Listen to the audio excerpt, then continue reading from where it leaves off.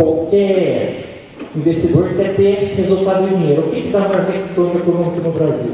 É a agricultura. Por quê? Por causa da nossa insolação e da nossa produção de matéria-prima, certo? Então, quando nós falamos de agricultura e falamos de investimento, a agricultura é a maior aptidão do Brasil.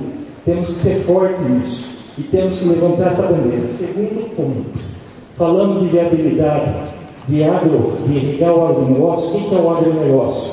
Quando nós produzimos uma proteína irrigada, nós transformamos no agronegócio, nós multiplicamos o valor dela de 3 a 10 vezes. Tá? Então nós estamos agregando valor. Então, em termos estratégicos, nós estamos no caminho certo. Como nós vamos viabilizar isso? Tecnicamente não é difícil, porque conseguimos em várias culturas, é uma questão só de pesquisa e de desenvolvimento. No ponto de socioeconômico, cada hectare irrigado no Brasil para hortifruti, ele gera um emprego direto no custo de $10.000. É o menor custo de investimento para o setor produtivo. Tá? Então, economicamente, estamos no caminho certo. E daí, qual que está sendo o nosso maior entrave? Meio ambiente. E meio ambiente, o que eu gostaria só de dar um resumo de tudo que nós vimos, se a gente quiser desenvolver a agricultura irrigada, nós teríamos o primeiro ponto de tudo que foi apresentado da nossa legislação ambiental, era a facilidade do armazenamento da reservação da água para o pequeno produtor. Porque o problema que nós passamos hoje no Parque Citrícola Paulista irrigado, nosso parque, que era de 850 mil hectares de citros, reduziu para 450 mil hectares hoje. Nós não temos a mesma produtividade anual do que nós tínhamos com 800, só que nós saímos de 10 mil hectares irrigados de fruta. Quando começou a irrigar a fruta para a indústria, nós temos 120 mil hectares irrigados hoje na citricultura. Nós não conseguimos mais ampliar nossa irrigação no nosso parque, porque nós não temos mais água superficial disponível. Então, toda a irrigação que está tendo a mais da laranja, estamos indo para o sul de Minas, estamos indo na beira dos grandes rios. Então, hoje eu falo, se vamos falar de citricultura irrigada, agora eu gostaria de saber de quem que foi o interesse de não deixar a gente andar. Porque quando eu falo em represamento de armazenamento de barramentos abaixo de 1.000 hectares, qual que é o nosso prejuízo ambiental? Eu vou suprimir uma APP? Tudo bem, eu compenso ela 5 vezes maior. Tudo, nós estamos falando de desenvolvimento sustentável, nós temos ferramenta para tudo. Por que nós não estamos usando? Quem que está querendo dar as cartas para a gente no que é o nosso objetivo de desenvolvimento? Nós estamos sendo travados por quem? A interesse de quem? Então, eu parabenizo um pouco, por exemplo, o governo do Mato Grosso e a iniciativa de Mato Grosso, que você vê que de 20 anos para trás, o que é e o que ele é hoje no agronegócio, o potencial do Brasil no agronegócio, mas por quê? Quem criou as cartas? Os empresários do Mato Grosso que subiram para lá, viram qual era o objetivo dele. Quando ele fala de plantar algodão, há 10 anos atrás, não se plantava quase nada de algodão no Mato Grosso. A Embrapa foi lá, desenvolveu variedade e passou a ser o primeiro mundial de algodão. Nós temos potencial para tudo. Quem está querendo travar a gente? E por que nós não estamos se unindo para nós darmos a carta e falar o que nós queremos? Eu acho que chegou uma hora, está muito claro, todo mundo, cada representante de cada segmento, defende com razão o que está sendo exposto, tudo está contemplado dentro do plano do governo e da secretaria. Por que nós não estamos conseguindo fazer com que a nossa vontade, o nosso desenvolvimento econômico, social, cresça e prevaleça perante o interesse de quem? É só isso que eu gostaria de falar, Roberto. Obrigado. Obrigado, amigo. E realmente, esse é o grande gargalo. Né? Eu acho que uma das coisas, talvez o grande objetivo desse encontro aqui, vai ser a gente trazer diretrizes para enfrentar esse gargalo. Imediato passando então agora tem ao Mário, né, que é do Sindicato da Indústria de Fabricação do Álcool do Estado de Minas Gerais, para fazer os seus comentários em relação ao contexto, à contribuição da agricultura irrigada para a agropecuária. Boa tarde a todos. Gostaria de agradecer o convite do Ministério para que a gente possa ter um espaço aqui, falar um pouco sobre o setor de cana, que já foi muito abordado aí pelo Dr. Evaristo na sua apresentação. A gente fica muito confortável aqui para falar de cana, porque é realmente esse cenário, a participação do nosso setor hoje no agronegócio nacional é muito relevante e ela transcende essa questão só da participação no agronegócio, está no cotidiano, no dia a dia de todos nós, com etanol nas bombas, com açúcar nas mesas dos consumidores e com energia elétrica nas casas aí de todo o país. Só complementando um pouco do setor, né, a contextualização do setor, nós somos o maior produtor, o Brasil é o maior produtor de cana do mundo, nós somos o maior produtor de açúcar, o maior exportador de açúcar do mundo, tem mais de 50% de participação no mercado mundial de açúcar, e somos o segundo maior produtor de etanol, hoje atrás dos Estados Unidos, que implantou nos últimos anos uma política muito agressiva de utilização de biocombustível na sua matriz veicular. Nas últimas 3 safras, nós sofremos com o clima, umas variações climáticas de forma significativa, e essa questão de irrigação na cana-de-açúcar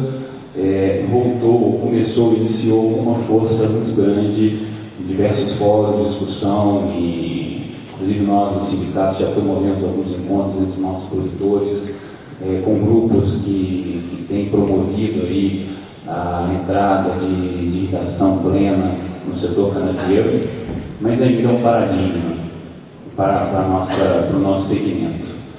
Eu vou explicar por quê, mas primeiro eu vou só voltar um pouco atrás.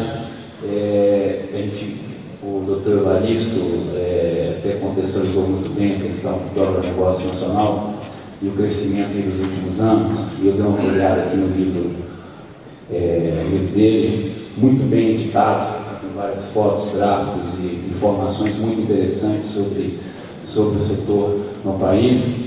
Esse segmento de cana, nos últimos 10 anos, a gente praticamente triplicou a produção de cana-de-açúcar no Brasil. Hoje são quase 9 milhões de hectares, né? Um crescimento rápido se deu de forma, em algumas regiões, teve alguns efeitos, né? Efeitos que a gente não desejava. E a gente hoje, na literatura e nas análises que a gente faz uma divisão entre a área tradicional e a área de expansão, né? Tradicionalmente, a cana-de-açúcar teve seu desenvolvimento inicialmente no Nordeste, hoje muito focado numa região, numa pequena faixa litorânea, principalmente no estado de Alagoas, Pernambuco, um pouco na Paraíba, e no Centro-Sul, principalmente em São Paulo e Paraná. Com a questão, com o crescimento das exportações de açúcar e o lançamento dos veículos de combustíveis, o setor começou a crescer para áreas onde a cana-de-açúcar não era comum você ver cana-de-açúcar sendo plantadas. Por exemplo, como tem no Mineiro, aqui no estado, tem uma região que cresceu muito, Goiás, Mato Grosso do Sul, Mato Grosso também, Noroeste, aqui também do estado de Minas Gerais, teve um crescimento grande, e utilizando muitas práticas que eram utilizadas nessas regiões tradicionais, né? Isso nos últimos anos, e também em virtude de uma seca tremenda que a gente passou nessas regiões, a produtividade média do canavial, quando a gente considera a média de 5 fortes, baixou do Centro-Sul de 83 toneladas por hectare para mais ou menos aí 67, 68. Isso impactou de forma significativa os nossos custos de produção, e a gente viu isso na redução da produção de etanol, nos preços mais elevados do etanol nas bombas, e reduziu bastante a competitividade do setor. Hoje o segmento ele está tentando, em virtude inclusive de longas negociações com o governo, tentando recuperar. Nos últimos anos nós tivemos uma ajuda do mercado internacional de açúcar, e também em virtude da nossa queda de produção, que trouxe o setor, carregou o setor nesses 3 anos.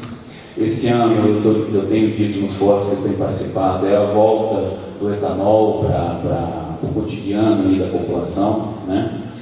Recentemente tivemos aí a volta da mistura na gasolina, hoje em 25%, né? Toda a gasolina comercializada no país tem 25% de etanol. O hidratado tem ganhado competitividade e o consumidor tem voltado a colocar o produto no seu veículo. O açúcar no mundo hoje passa por um período complicado de excesso de produção e isso está refletido nos preços. Mas é um segmento muito dinâmico, aí tem a questão também da periodicidade, né? Nós participamos hoje com 4% de toda a energia que é produzida no país, e a energia elétrica vem das termoelétricas com bagaço de cana.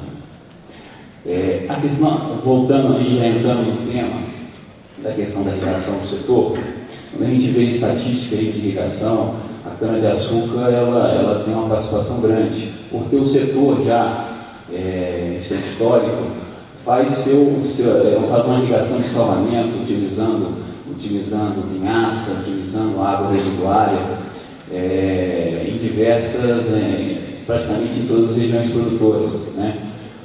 Hoje, quem conhece usinas sabe da estrutura que as usinas montaram para levar essa vinhaça, essa água para o campo e utilizá-la nas áreas de cana.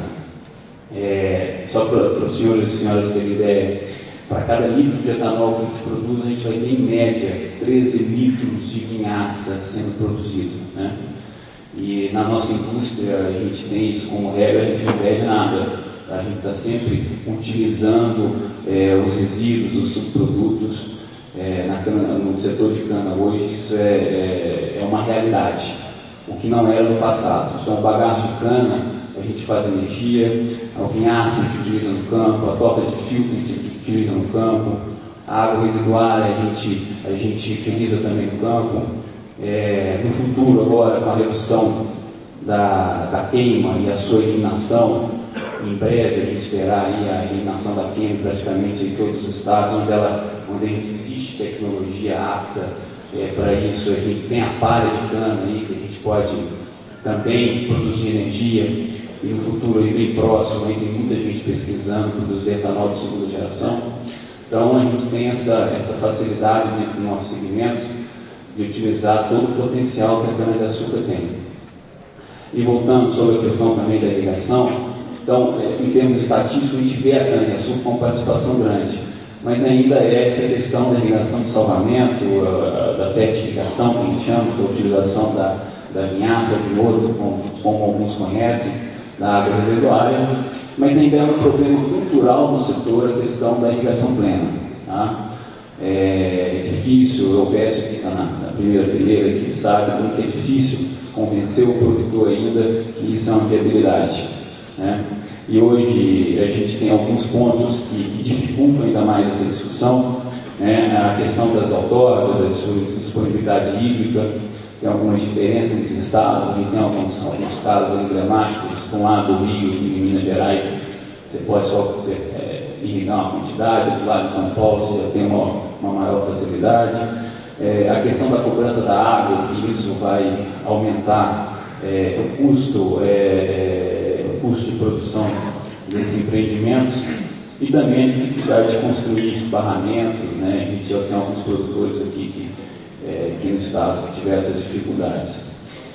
Mas eu acredito que a expansão do segmento de cana-de-açúcar no Brasil, hoje considerando que onde a gente tinha uma quantidade de chuva adequada para a cana, a gente já está presente, fortemente presente. Se a gente pensar no crescimento, a gente tem duas alternativas. Ou a gente pesquisa e investe em tecnologia para estudar novas variedades de cana-de-açúcar que produzam mais, utilizando a mesma área de cana, ou a gente vai utilizando outras tecnologias como a irrigação para aumentar a produtividade dessas regiões, ou também a gente vai para regiões onde hoje a gente não consegue plantar cana, mas que com a irrigação você viabiliza esses empreendimentos. Então essa era a minha contribuição que eu queria dar ao evento, e agradecer o convite, e fico muito feliz de a gente ter um evento com participação tão expressiva de pessoas dos 4 cantos do país, aqui em Belo Horizonte. Eu, como Belo Horizonte, como mineiro, fico muito feliz de participar e presenciar um evento desse aqui em Minas Gerais. Obrigado. Obrigado. Obrigado, Danilo. Eu, como gaúcho, fico muito satisfeito de estar aqui hoje com vocês, aqui, a gente poder compartilhar o pão de queijo e a cachaça aí, né? Está muito bom aqui, viu? E eu só para contextualizar, depois a gente vai ter para outros comentários, né? Principalmente da plateia, mas só para. Eu tive há 2 dias atrás num seminário em Ribeirão Preto, um workshop, né? Onde exatamente a questão de Ribeirão Preto, lá dentro do IAC, onde pesquisa cana-de-açúcar, né? São dois pontos que foram, vamos dizer assim, lembrados do processo. Primeiro, né? A cana-de-açúcar perdeu produtividade, está perdendo produtividade nos últimos anos, e tinha lá junto um pesquisador australiano que veio trazer uma ideia de plantio direto de canas, né? Eu já vou introduzindo agora o nosso presidente da Federação Brasileira de Plantio Direto de Irrigação aqui, e muito legal essa proposta. E a outra questão, e é uma questão que muitos pesquisadores, estudantes, é o uso ético de água para irrigar, para fazer energia. Não sei se isso ficou bem, né? Enfim, tem alguém que questiona o fato de irrigar uma cultura que não é para a produção de alimentos, né? Eu digo, tudo é uma questão, o nosso colega da agricultura falou, né? Planejando sobra. O Brasil tem água demais, né? Em qualquer parte do Brasil, inclusive no Nordeste, fazendo planejamento, a gente tem como fazer essas coisas. Mas só para ir jogando um pouco de pimenta aí na discussão. Eu passo então a palavra agora ao Alfonso Fleutsch, né? Sempre é difícil dizer o nome dele, né? E ele ficou agora ali quando o Evaristo mostrou ali as estatísticas, ele disse, mas qual é o país que mais polui por habitante mesmo? É a Holanda. Aí ele disse, por isso nós viemos embora de lá e não tivemos que ficar lá, né? Os pais dele vieram embora de lá. Então, Alfonso, contigo a bola agora. Bom dia. Até pegando o gancho do Ivo, né, eu fico preocupado com o Evaristo fazer uma apresentação dessa na Holanda e, de repente, com o peso da consciência dos holandeses abaixar mais ou menos o nível da terra deles lá. Né? Bem, gostaria de agradecer ao Ministério da Integração, né, através da Secretaria, o convite para participar nesse debate. E eu vou estar falando um pouco, trazendo alguns dados, informações, né, tanto da FAO, da OCDE, da ANA, e também de um estudo, né, realizado pelo Centro Estratégico de Estudos Internacionais dos Estados Unidos. Então, dessas 7 revoluções, né, indicadas pelo estudo, né, o que estamos enxergando para o futuro e o que nós vamos ter que enfrentar pelo futuro. Né? É difícil, né, imaginar corretamente como vai ser o futuro, mas a gente sabendo os principais pontos críticos, nós temos como atuar hoje, né, para construir o nosso futuro. A expectativa do evento, a minha expectativa do evento, né, é que a gente saia aqui com algumas diretrizes, com alguma energia realmente para alavancar a irrigação, né, a agricultura irrigada e a reservação de água, como foi dito por muitos aqui. Começando aqui pela primeira das revoluções apontadas, né, é a questão da população. Em 1950, o índice da taxa de crescimento da população era 1,81%. Estima-se em 2050 que caia a 0,38% e venha a se estabilizar só em 2100. O crescimento principalmente vai se dar nos países pobres e em desenvolvimento. Né? No caso, a Nigéria, estima-se que vai ter uma população de 350 a 400 milhões de habitantes, maior que a população dos Estados Unidos de hoje. Né? E com essa população mais envelhecida, principalmente nesses países mais desenvolvidos, eles vão ter menos jovens, né, com novas ideias. Normalmente vão ser países mais conservadores. Então, o Brasil tem um papel fundamental aqui, por ser uma população jovem, né, com muitas ideias, muitas inovações, para estar desenvolvendo tecnologias ou até aprimorando ou replicando para a gente poder melhorar a questão da sustentabilidade. Uma outra questão também é a qualificação. Né? Hoje nós temos aí uma dificuldade muito grande no campo. Hoje temos aí profissionais, ou no caso, tratoristas, né, com o 9º ano ou o ensino médio completo, que não sabem fazer uma conta de divisão ou subtração na calculadora. Então, é um caso muito sério, né? Nós temos que rever esse estudo, né, esse método de ensino aí, ou esse negócio de querer passar todos os alunos de ano. Então, nós temos que rever isso aí, que é muito importante para o nosso futuro. E uma dificuldade muito grande também, como já foi dito aqui, a questão do êxito rural é de manter os jovens no campo. Os jovens querem saber, né, de internet, né, querem saber de pouco esforço físico, né, e morar próximo dos centros urbanos. A gente nós estamos observando que nos períodos de irrigação nós temos hoje famílias querendo morar em propriedades, né, justamente porque tem uma qualidade de vida melhor e condições melhores de estar fornecendo estudo para os filhos. Então, isso é uma realidade já de períodos de irrigação. Hoje, a segunda das revoluções é a questão do recurso. Hoje estima-se que 870 milhões de pessoas, né, não têm o que comer o suficiente diariamente. Há 50 anos, né, menos da metade da população atual da de hoje, a gente não consumia tantas calorias, comia menos carne e necessitava de menos água para irrigação, ou, no caso, para produzir alimentos. E uma pressão muito menor do meio ambiente. Captávamos do rio 1/3 da água que nós captamos hoje. O mundo precisará 60% a mais de alimento em 2050. O Brasil e a África serão os principais responsáveis, né, segundo esses estudos estão apontando. Nós temos que lembrar que na África eles têm uma questão muito séria, um conflito, né, além de baixa tecnologia e poucos recursos também para estar crescendo a agricultura deles. Será necessário também 55% a mais de água, né, e hoje nós temos regiões com estresse hídrico. Então, esse vai ser um dos principais desafios da agricultura irrigada, né, para as próximas décadas. Quanto à energia, né, hoje com as descobertas do petróleo, né, nos mares profundos, extração de gás do xisto, né, reservas do Polo Norte, eles asseguram que até 2100 nós vamos ter petróleo suficiente, né, para estar avançando. Só que, em contrapartida, né, o aumento do teor de CO2, vamos dizer, na atmosfera vai aumentar. Né? Então, nós temos esse desafio, né, onde as mudanças climáticas, de consequência, vão acontecer e a gente precisa estar trabalhando com tecnologias como o sistema de plantio direto para estar fixando o carbono no solo. Uma outra questão também.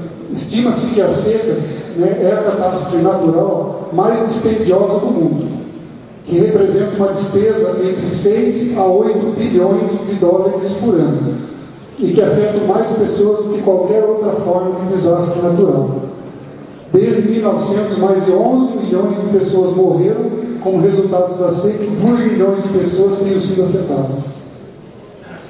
E tem uma apresentação, tem um gráfico que mostra que onde se tem o menor índice de água por habitante são as regiões mais pobres do mundo. No Brasil, 67% da captação de água para irrigação é no próprio estabelecimento. Isso é importante, né, para a gente construir diretrizes, né, de como nós queremos aumentar a irrigação no Brasil. Não adianta a gente buscar água a 20, 30, 50, 100 quilômetros de distância. O custo da energia é elevado, é mais de 50% do custo operacional de um pivô central. Além do mais, dos reservatórios também serem importantes para a questão da regulação hídrica. Né? Então, em períodos de excelência, como até o Alex comentou antes, com a hora que a gente estava conversando, se a gente conseguisse segurar 1/4 da água que vai para o oceano, a gente teria água suficiente para irrigar, expandir os seus 30 ou, sei lá, os seus 60 milhões de potencial que o Brasil tem de irrigação. Deixa eu rodar aqui. Uma outra questão, a questão da geração de emprego, como já foi dito, hoje a agricultura irrigada, comparado com a indústria tradicional, ela tem até um custo de investimento para cada mão de obra gerada 10 vezes inferior. Então, é uma fonte altamente geradora de emprego. Um outro entrave também da mobilidade irrigada é a falta e a qualidade da energia elétrica. Na questão do terceiro item apontado na pesquisa, a parte de tecnologia, já não vou me aprofundar muito, porque já não tem tanta coisa relacionada à agricultura, né? Nós temos alguns comparativos. O genoma humano, em 2003, custava 10 milhões de dólares. Hoje custa menos de $1.000. Em 1940, o agricultor alimentava para 19 pessoas. Em 2010, passou a alimentar para 155 pessoas. A média no Brasil é um trabalhador, um tratorista, para 80 a 100 hectares, enquanto nos Estados Unidos um tratorista ele atende 830 hectares de lavoura de grãos. E hoje também houve um grande avanço na questão do monitoramento da irrigação, mas ainda nós temos que buscar ainda uma redução do custo. E ainda estamos num processo muito lento de adequação dos sistemas mais antigos de irrigação. Hoje nós temos que se adequar aos sistemas antigos para as novas necessidades. A questão, deixa eu pular uns itens aqui para fazer o tempo, a questão da segurança mundial que foi debatida aqui. Hoje nós temos presença de grandes multinacionais, onde o faturamento supera de muitos países. Então nós temos uma concentração de poder econômico muito grande hoje. E a competição econômica entre os países pode gerar outros conflitos, principalmente pela água, pelos mercados e pelas terras férteis. Segundo um dado aqui da FAO e da OCDE, que saiu essa semana, na média de 2003 a 2012, a agricultura cresceu 2,1% na produção de alimentos. A expectativa é que para a próxima década seja de 1,5%, justamente pelo aumento do custo da produção, a volatilidade dos preços, as perturbações do comércio e uma maior pressão ambiental. A questão da governança.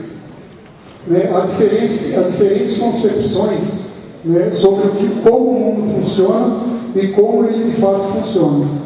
Muitas vezes a gente não sabe o interesse por trás das grandes corporações que falam uma coisa, mas com o objetivo de obter informação ou manipulação do dado.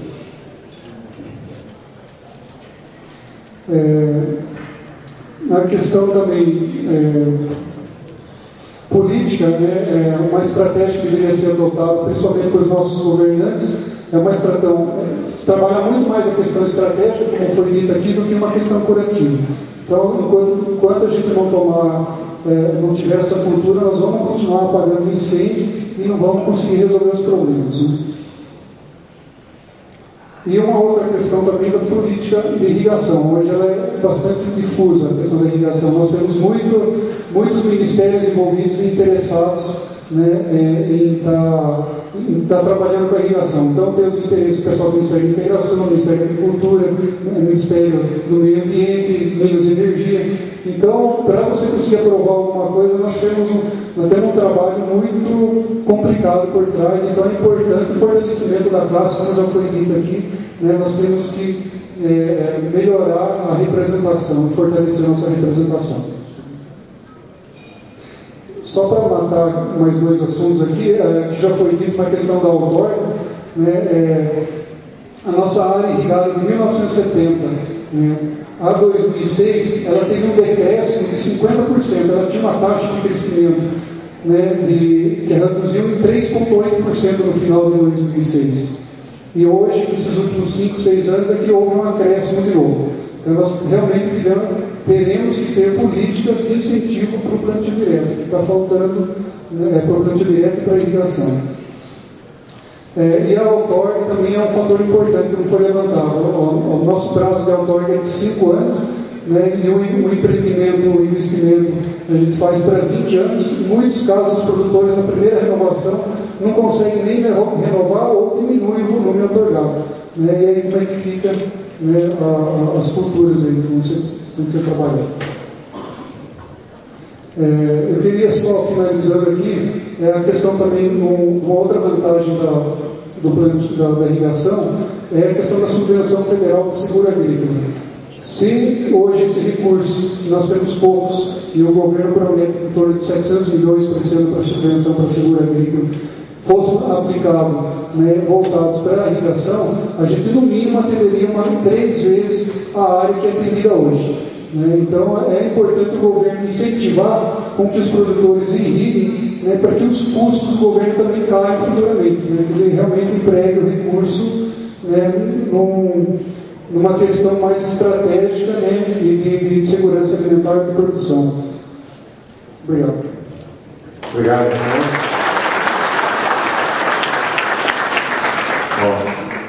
Nós vamos passar então algumas intervenções, né? Se o pessoal quiser fazer alguma pergunta, né? Mas perguntas, né? Vamos deixar, viu, Alex? Vamos lá. Vamos deixar as palestras para depois nós conversar com a cachaça, né? E a troca de opinião. Vamos tentar interagir aqui com a mesa para que a gente possa tirar o máximo aqui desse painel. Nosso amigo lá que levantou primeiro. Boa tarde. Bom dia. Sou Alan, sou secretário de Agricultura de Palma. E uma dúvida só, que eles falavam muito da açúcar, do etanol. Vale lembrar que a gente falou sobre o etanol, a produção caiu um pouco. Eu acho assim, nem por causa acho que do plantio. Aconteceu um fenômeno mais ou menos uns 2 anos atrás, que a Índia começou a importar açúcar, então assim o produtor ficou mais rentável a gente exportar o açúcar do que produzir o etanol para o consumo interno. Então assim, a minha pergunta é justamente sobre isso. Assim, a gente melhorar o corte, a gente vai melhorar, vai facilitar a irrigação para o plantio. Mas quando, por exemplo, a demanda for de alimentação, o que o governo, ou quem Embrapa poderia fazer para garantir que aquilo que fosse produzido continuasse sendo produzido? Por exemplo, esse caso, a cana-de-açúcar era para ser produzido o etanol, mas como o mercado era mais rentável que o açúcar, eles pararam o etanol e passaram a produzir o açúcar. Então, assim, o que eu acho que assim, o governo tem feito, ou que pretende fazer para evitar que isso aconteça? Quando a demanda for um produto, que o produtor, para ganhar mais, passe a produzir outro alimento. Ok, obrigado. Por favor. Deixa eu só esclarecer. Primeiro, a gente teve uma queda de produção de cana, tá? Esse é o primeiro ponto. O produtor, ele produz açúcar e etanol. E esses produtos concorrem com relação à matéria-prima, mas também são complementares. A produção de açúcar, resulta do melaço e também produz etanol. São 2 produtos distintos com mercados distintos. Tá? Um é combustível, o outro é alimento com forte apelo para exportação, tá? Mas também nunca deixando de atender o mercado interno. Ocorre que o produtor ele tem que ter, inclusive é o triângulo, né, da sustentabilidade, tripé, né? Ele tem que ter o ganho econômico, tem que ter a questão ambiental e social. Essa questão do etanol é tão crítica, foi tão crítica nos últimos anos, uma política do governo federal de manutenção do preço do nosso concorrente, que é a gasolina, que todos aqui na sala vão concordar pessoalmente, tá, que para todos foi bom, no sentido de que manteve o preço do combustível estável na bomba, mas isso impactou fortemente a indústria de etanol. Os nossos custos subiram, o preço do nosso concorrente manteve constante. O que aconteceu? O prejuízo foi enorme. Tanto é que no Brasil, quase 40 destilarias foram fechadas. Tá? Então, foi uma política, na nossa visão, errada de governo que levou a essa observação que você fez de redução de produção de etanol nos últimos anos. Agora, a nossa indústria ela tem esse compromisso, nós somos produtores de açúcar e etanol. Não é açúcar ou etanol. Nós produzimos os 2 produtos e temos obrigações para atender os 2 mercados. Obrigado. Alex, primeiro que está lá com com o microfone. Depois você vai por favor. Bom dia a todos, meu nome é Piero, nós somos de Mato Grosso, sou engenheiro agrônomo, sou presidente do Sindicato das Usinas de Álcool e Açúcar de Mato Grosso. Parabenizo o evento, a brilhante palestra que os colegas trouxeram, em especial maneira do Dr. Evaristo Miranda, e aliás gostaria de convidá-lo, dentro da possibilidade de sua agenda, para vir trazer essa enorme montanha de conhecimentos, de esclarecimentos, de informações. Afinal de contas, nós acabamos de receber aqui um banho de informações. Mas é justamente nisso. Eu entendo que nós, setores produtivos do país, investimos muito em tentar convencer o governo de que a agricultura é correta, que está no caminho correto, que desenvolvemos aquilo que deve ser desenvolvido, somos socialmente, ambientalmente evoluídos, temos uma legislação ambiental no Mato Grosso, talvez uma das mais rigorosas do país. Não tem sido fácil conviver com essa insegurança jurídica e ambiental que os empresários gostariam de ter. Entretanto, nós observamos o seguinte, que nós temos que convencer o sócio maior desse bolo de que nós somos corretos, fazemos a coisa correta, temos Embrapa, temos uma série de instituições nos apoiando e nos auxiliando a mostrar todo esse trabalho que desenvolvemos. Portanto, doutor Evaristo, e isso é incrível, né? Quando você reside num estado em que tem municípios cujo apenas 3% do município é, vamos dizer assim, utilizado na agricultura, e 97% é preservado. Quer dizer, isso são exemplos que acontecem no Brasil, no nosso estado e vários municípios daquele estado. Bem, doutor Evaristo, a pergunta seria a seguinte: na sua opinião, eu lhe vejo, feliz ou infelizmente, dos dois lados, né? Eu lhe vejo com essa enorme capacidade de entender a evolução da agricultura do agronegócio brasileiro e aquilo a que nós podemos evoluir, mas também lhe vejo, evidentemente, dentro de uma razoabilidade pública que é a organização desses procedimentos. Na sua opinião, essa relação empresário do agronegócio, o governo começa a escutar um pouco a sociedade do agronegócio, o que ela está fazendo, o que precisa ser feito, isso seja em os mais diversos segmentos, seja na irrigação, seja no cultivos propriamente dito, enfim, nas suas mais diversas organizações econômicas do agronegócio, ou o senhor entende que nós vamos ter que continuar por anos e mais anos tentando convencer Brasília de que o país tem jeito, de que o país é um exemplo no agronegócio, que nós podemos crescer de maneira correta, expandir? Senhores, o Mato Grosso tem mais de 20 milhões de pastagens subutilizadas, né? Então, eu lhe pergunto, doutor Evaristo, na sua opinião, isso evoluiu ou nós ainda estamos a anos-luz distantes desse esclarecimento privado, público-privado? Ok, obrigado. Vamos lá, intervenções? Está evoluindo, né? A nível de governo assim, federal, a nível dos estados, acho que se tem uma noção cada vez mais clara da importância econômica da agricultura. Acho que isso acho que é fato. Né? Agora, a sensibilidade para a questão agrícola dependeria também dos agricultores estarem bem representados no Ministério da Agricultura, e esse Ministério bem representado no governo federal, né, no conjunto do governo federal. E nosso Ministério tem passado por muitas dificuldades, aí, né, apesar do esforço dos ministros, tudo, né. Quer dizer, hoje, se você comparar o orçamento MDA do Ministério do Desenvolvimento Agrário com o da Agricultura, é ridículo. Quer dizer, o Ministério da Agricultura está sucateado, sem meios, né, um desânimo muito grande. Não é simples, não. A gente vai ter que continuar ainda por muitos anos. Mas talvez mais importante que isso, ou tão importante quanto, é a gente se comunicar com a sociedade. A sociedade precisa descobrir mais, né? Nós temos que melhorar a comunicação. Quando eu escrevi esse livro, eu escrevi para o homem urbano, não é para agricultor, para agrônomo, né? É para quem não conhece nada e vai descobrir, nossa, o tamanho da agricultura e quanto isso influencia no cotidiano dele.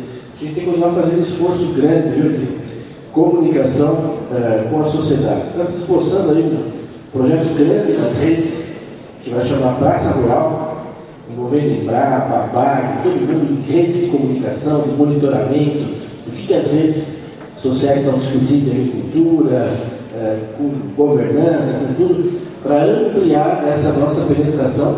E até pelo que eles evocaram aqui também, que todos falaram disso, quer dizer, os jovens, eles também precisam ser informados nessas redes do quanto a agricultura é uma atividade interessante, do quanto ela representa oportunidades, etc. Até para se animar nas carreiras agrícolas, a ficar no campo. Né? Hoje é difícil para um jovem ter essa visão. A gente tem que continuar se esforçando muito nessa área, muito. Nós estamos longe de chegar a um patamar aí, de tranquilidade. Obrigado. Eu até não ia fazer isso, até porque para mais uma pergunta que o Alex vai fazer, mas eu vou fazer uma observação. Essa missão não acaba nunca, nunca. Porque se o Nochelli, que era gestor, ele foi lá fazer um outorga e deu 5 anos, é porque ele não sabia que os financiamentos eram de 10 anos. E nós não estávamos lá para dizer, o Mato Grossense não estavam lá para dizer, os produtores do Mato Grosso não estavam lá junto com o Nochelli para dizer que tinha 10 anos para pagar. Aí ele teve 5 anos na outorga. Então, esse tem que ser sempre, não tem como a gente, como produtor rural, não está organizado de forma a estar representado nessas discussões, porque senão o nosso técnico lá do Estado ele vai fazer conforme as informações que ele tem no momento. Então, eu acho que a sua pergunta é muito pertinente e até eu aproveito a oportunidade, porque eu não deveria estar fazendo como moderador, porque não vamos nos cansar de fazer isso. E nós não fizemos isso, estamos fazendo agora, começando a fazer, mas nós deixamos de fazer isso nos últimos 30 anos, e por isso nós estamos colhendo o que nós não semeamos, exatamente não estamos colhendo. Por favor, Alex. Rápido, porque nós temos o cara aqui do tempo, porque ele já está dizendo que não tem mais tempo para o painel. Tá? Bom, primeiro eu queria parabenizar o doutor Fernando, conhecer. Eu acho que surge uma luz aí de saber que o governo pensa do lado da agricultura também. Eu estou lá só confirmar, eu acho que o nosso relacionamento está sendo muito mais entre nós, gigantes, entre nós, e não com a sociedade. Nós precisamos mudar isso.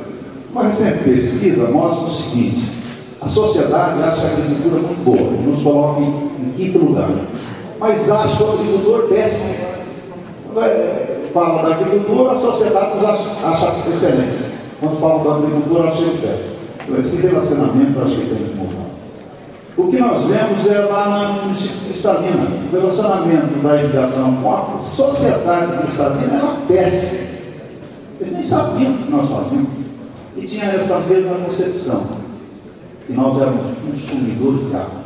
O duro é, eu ouvi do meu neto, sabe? E aí vai ter que mudar alguma coisa.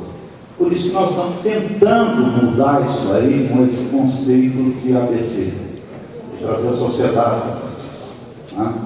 Mas eu acho que isso tem que ser feito, a nível nacional. Tá? Não podemos ficar com essa queixa, de que nós somos mal agricultores, quando na realidade me surpreende aquele quadro, que agora eu tive com os holandeses, trabalhando com eles nos condenavam. E quase que eu fui para a igreja rezar, falei, tanto pecado assim, tem que confessar. E hoje eu gostaria de conversar com eles, depois aí tem que apresentar. E quem tem que ir para a igreja rezar são eles, não nós. Era isso, muito obrigado. Obrigado, galera. Obrigado. Bom, nós temos apenas mais 1 minuto aí para a gente terminar. Então, a gente vai fazer aqui algumas considerações finais. Não sei se o pessoal Xavier gostaria de fazer alguma participação final aí. Mas, vamos lá. Gente, nós estamos aqui de novo, vamos parabenizar o Ministério, a Secretaria Nacional de Irrigação, por essa iniciativa, de trazer, e inclusive hoje, quando eu enxerguei a programação do evento, dentro disso que está sendo discutido aqui, e que meu amigo Jardinando, o Nocelli, que é meu colega no Conselho Nacional de Recursos Hídricos, pelo menos era até alguma semana atrás, quando me convidaram o Nocelli para estar aqui, essa integração do sistema de gestão de recursos hídricos e do sistema de gestão ambiental é importantíssimo. Senão não vamos ficar falando como falou o Alessio agora, vamos ficar falando para nós mesmos, e jogando confete para nós mesmos. Então nós temos que fazer esse trabalho, tem vários exemplos que estão funcionando bem em toda a parte do Brasil, então acho que o nosso painel, os painéis eles têm temas. O primeiro realmente era em relação à gestão de recursos hídricos e em relação à gestão ambiental, estava bem focado nisso.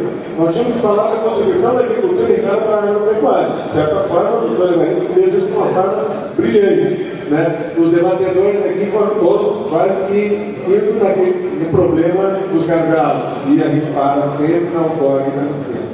Então, eu acho que isso vai ser sempre recorrente, mas cada vez mais, podendo de organizar para que nos fóruns adequados essa opinião avalizada e que seja não uma machologia, e sim com conhecimento sistematizado, como o doutor Eduardo colocou aqui agora no ano, isso é o que a gente tem que fazer daqui para frente. E trabalhar de uma forma planejada, como o nosso colega da agricultura colocou. Tem um planejamento estratégico para isso, a gente não chega a lugar nenhum.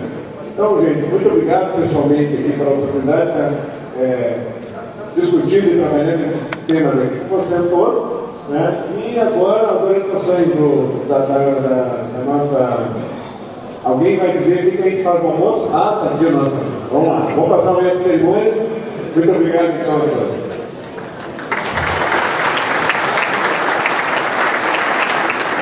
Dois avisos importantes. Primeiro é que o intervalo de almoço será de apenas 1 hora, para nós cumprirmos a programação dentro do horário. O segundo é que dentro de 10 dias estará disponível na internet, no site do Ministério, onde fizer as inscrições, o certificado de participação nesse evento. Então, daqui a 1 hora nós voltamos para a terceira parte desse evento.